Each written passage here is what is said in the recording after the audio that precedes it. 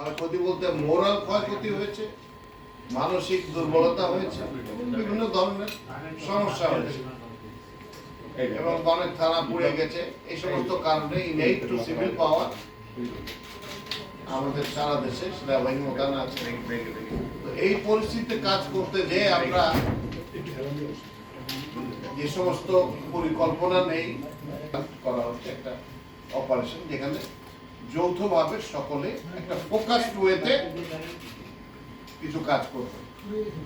সে কাজের মধ্যে মূলত যে সমস্ত পকেট অফ রেন্ডার্স থেকে দেশে স্টেবল অবস্থাকে আনস্টেবল করার চেষ্টা করা হচ্ছে, সেটাকে আমরা নিউট্রালাইজ করব এবং এর জন্য আইন অনেক পন্থায় যে ব্যবস্থা নেওয়া দরকার সেগুলো নেব আমরা ইনশাআল্লাহ।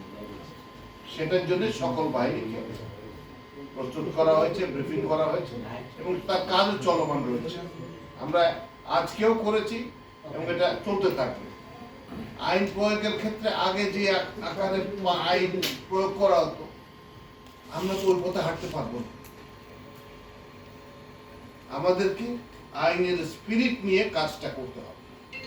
সেই জন্য আমরা চেষ্টা করেছি যে যে প্রচেষ্টাটা নেওয়া হয়েছে সেটা হচ্ছে যে আমরা আইন প্রয়োগের সাথে যারা জড়িত সকল মহল, যেমন পুলিশ রয়েছে, এখানে ম্যাজিস্ট্রেট রয়েছে, ডিস্ট্রিক্ট ম্যাজিস্ট্রেট রয়েছে, চিফ জুডিশিয়াল ম্যাজিস্ট্রেট রয়েছে, এখানে একজন প্রসিকিউটর রয়েছেন, এনার সকলে জড়িত।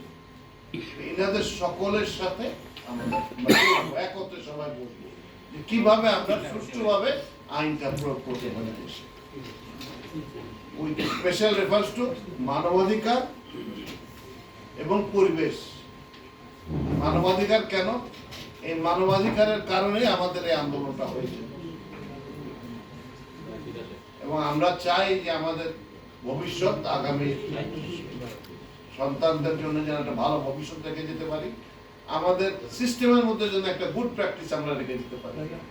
আমরা একটা 11 তারিখে করবো, একটা হলো এরকম আইন প্রয়োগকারী যারা আছেন তাদের বিচার ব্যবস্থার সাথে জড়িত এরকম 150 জনের সাথে আমরা বসবো। সেটাতে আমাদের মাননীয় স্বরাষ্ট্র উপদেষ্টা, আইন উপদেষ্টা যারা আদিলুর রহমান মাননীয় উপদেষ্টা এবং পরিবেশ বিষয়ক উপদেষ্টা